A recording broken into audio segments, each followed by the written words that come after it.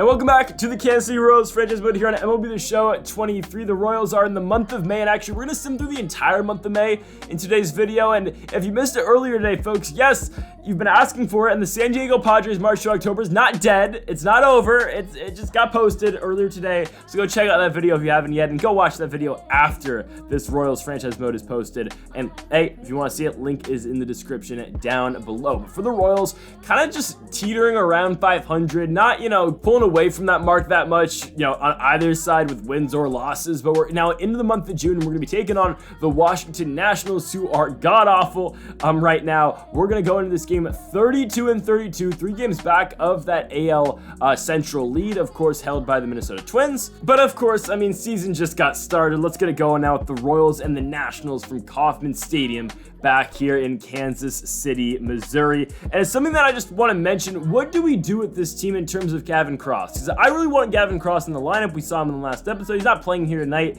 but I just don't know what to do with the guy, considering we have our 3 outfielders in Carlson, who's balling this season, batting .339. We've got Anthony Santander. We've got MJ Melendez. And it's like we can move Melendez a catcher because we have Salvi Perez. So I really want your input in the comment section down below what we should do with this team. Who should we move on from? And it's not like we can really change our DH because it's Jock Peterson.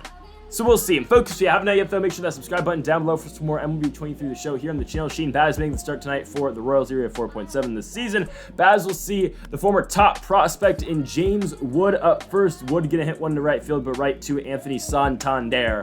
One down for Michael Massey. Now in the 1-1 pitch, the former Kansas City Royal. Massey blasts one deep into right field, but straight to Santander. So Santander's got the first 2 outs of this game. For CJ Abrams, it's not good for the Nationals when Abrams batting third. He should be a leadoff guy.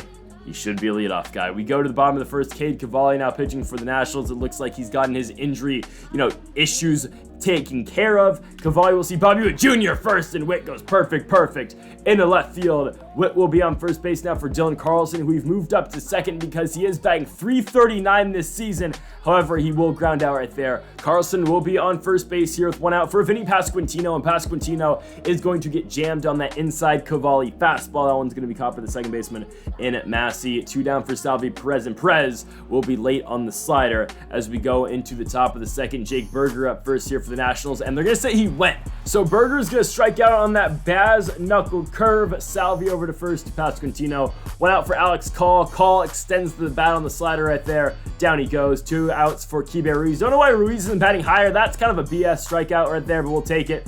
That slider I thought missed up. But anyways, on to the bottom of the second. Jock Peterson's going to ground one right up the middle, but the throw by CJ Abrams will take Frankie Tostado off the bag. Anthony Santander, though, is going to strike out on the fastball up and in. MJ Melendez down the 1-2 pitch. Strikeout swinging on the knuckle curve. So 2 down for the 8th spot, and Alec Bohm on the 1-2 pitch. Bohm is struggling.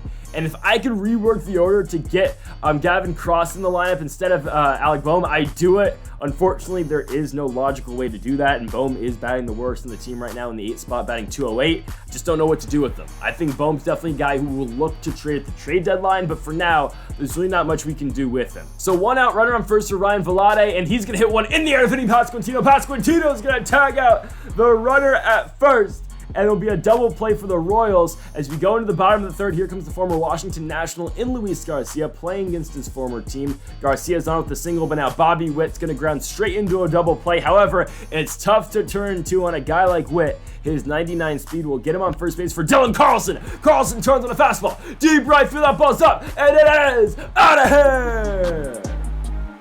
Dylan Carlson with the 2-run shot.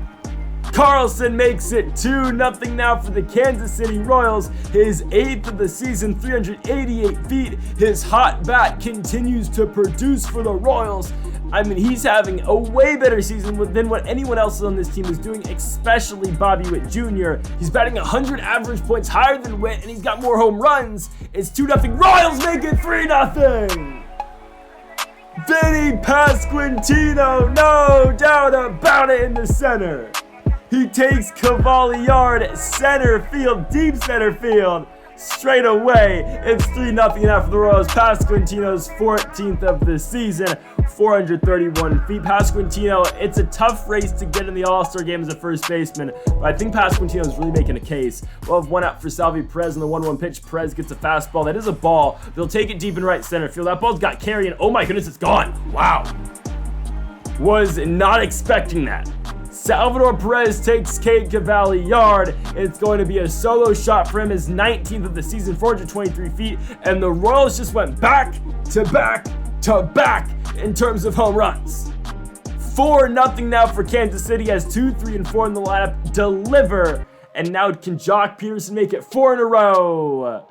He sure tried.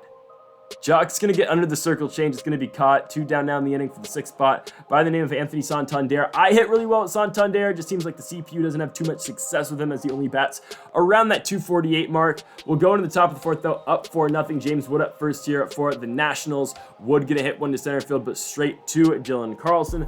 Carlson's got it. 1 out now for the 2 spot by the name, of course, of Michael Massey. Massey came in today batting 218. That average will only go down. And unfortunately for the Nationals, a lot of guys who are not batting that well, the only exception being Keibert Ruiz batting 306. But a guy like even CJ Abrams, who will line out right there, batting 200. James Wood 201. Those 2 guys are supposed to be the future of this Nationals team alongside Keibert Ruiz and a guy who's not yet in the major league system. Actually, no, he is. He's just on the Mariners, and Robert Hassel. That's a discussion for a whole nother day. As I'm a Nationals fan, of course, would not let that fly, Hassel being on a different squad. But Alec Boehm right there finally delivers, picking up a 1-out double. Luis Garcia now is going to slap one in left field. That ball's going to get down as Alex Call cannot dive and get there. So the Royals will have him on 1st and 3rd with 1 out. Cavalli's day is already done. In comes Andy Dooley. ERA 5.03 so far this season. Dooley will see Bobby Witt Jr. first in the 1-1 pitch, and Witt gonna hit one to right field. That ball's gonna get down. 5-0 now for Kansas City as Witt cashes in with the single. Dylan Carlson down the 2-1. You know he's gonna deliver. He'll slap one to right as well. We're gonna send the runner to the dish.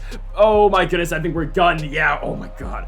What a throw right there by the right fielder from the Washington Nationals, of course, by Ryan Velade. 2 down for Vinny Pasquantino, lefty. Lefty Pasquantino goes to the left. Charging in will be Elijah Green. I forgot to mention earlier, Alex Call on that ball that he dived and missed, he tore his ACL.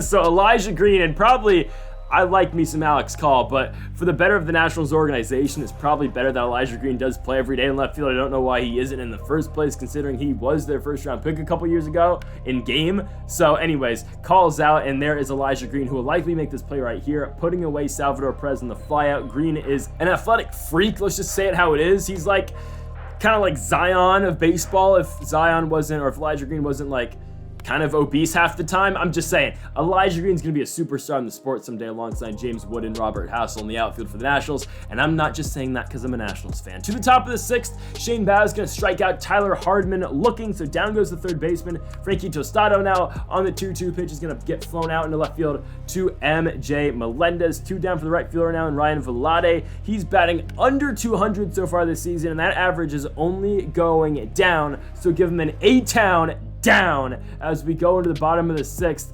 MJ Melendez up first in the 2-2 pitch. Melendez gonna hit one on the ground to second base, but the play will be made over there by Michael Massey. 1 down for Alec Boehm, and Boehm is gonna get jammed on the inside slider, so Dooley will put him away. James Wood, of course, up there in center, the 6'8 freak. The guy's a stud. Luis Garcia now comes up. He will walk, so Garcia will be on first base now for Bobby Witt Jr. On the 1-1 pitch, Witt's going to sweep one to the left, but straight to Elijah Green. Let's move into the top of the 7th inning. Still 5-0 for the Nationals. Baz still working, and James Wood is going to fly onto left field. I mean, it's good to get Shane Baz a game like this, considering we have no fear on the other side of the field. I'll be honest with you. This Nationals team is horrible. And I think this is a Nationals team that someday in real life will be good, but in game, they're just really bad. I mean, CJ Abrams will pick up a hit right there, so CJ will be on first for Jake Berger, the DH. On the full count, he will get popped up. Shane Baz coming off the mound will make the play, and Shane Baz has gotten 7 shutout innings for the Kansas City Royals. We'll see if he will see an 8th. But first, Kenneth Ramos pitching for the Nationals, the lone bright spot, kind of like Mason Thompson in real life for the Nationals. Here I have 1.19 for them so far this season. Dylan Carlson is 2 for 3. Unfortunately, he will now be 2 for 4 as he'll fly out into right field. 1 down for Vinny Pasquantino, and Pasquantino will strike out on the running fastball by Kenneth Ramos. 2 down for Salvi Perez, and Perez is going to slap one to right field. That ball's going to get down. Salvi's going to be on with a 2-out double. He should get there with his 19 speed. He will. Salvador Perez is on with a double, making way for Jock Peterson down the 1-2 pitch, and Peterson will strike out. So to the top of the 8th, Pitching now for the Royals is still Shane Baz. Elijah Green will get a shot, and Green's gonna launch one to deep left field. The former IMG Academy product, and Green's gonna be on with a ground rule double. So leadoff double for the Nationals, making way now for Keibert Ruiz, the catcher on the 1-2 pitch. Ruiz into left field. That ball is gonna get down in front of MJ Melendez, and it should score a run for the Nationals, considering Green's 90 speed. I mean, it was worth a shot letting Baz go late into this game. Instead, we will now pitch Josh Stallmont. Stallmont with an ERA of 3.86 so far this season. We'll see Tyler Hardman first. Hardman in the air into right field, right to Anthony Santander. One down in the inning. The Royals only needing 5 more to do away with Washington here tonight. Frankie Tostado now on the 1-1, puts one on the ground. Alec Boehm gonna try to make the play over a second. He doesn't. He goes to first instead. Oh my goodness, Alec Boehm. We gotta boo him out the building like they did at the bank. 1 down for Ryan Velade. He'll strike out. 2 down now for the leadoff man and James Wood on the 3-2 pitch. Tying run is in the on-deck circle. Instead, Wood is going to get flown out in the left field to MJ Melendez. We will go straight to the top of the 9th. Pitching for the Royals, not a save situation, so that's why we bring in Andrew Chafin instead of Blake Treinen. Chafin's been good in his 3rd season with the Royals. Michael Massey comes up first in the 2-1 pitch. Massey on the ground to Alec Boehm. Boehm to first. 1 down in the inning. Now to the plate will be the 3 spot and CJ Abrams on the 1-2 pitch. Abrams swing and a miss. Chafin sets him down in the slider. Final hope for the Nationals is Jake Berger. Down he goes looking. Chafin paints the corner. Colin Picasso. He's going to send him down to the fastball away, and the Royals are going to win this one at 5-1 here at home at Kauffman Stadium against the Washington Nationals. They will get over that hump of being 500. They are now 33-32 as Shane Baz will pick up his 6th win of the season. The Royals also out-hit the Nationals 11-4, and it finally seems like the bats for the Royals are getting going after back-to-back good performances, at least in game for the Royals against both Washington in this episode and last episode as well. As we played pretty well, I would say, at home against, of course, the Boston Red Sox in that ALDS rematch. So, folks, thank you all for watching episode at number 39 of the Kansas City Royals franchise mode here on MLB The Show 23. If you haven't yet, though, make sure that subscribe button down below for more. Make sure you go check out the Padres March to October if you haven't yet as well. You can look for watching, and Mamba forever.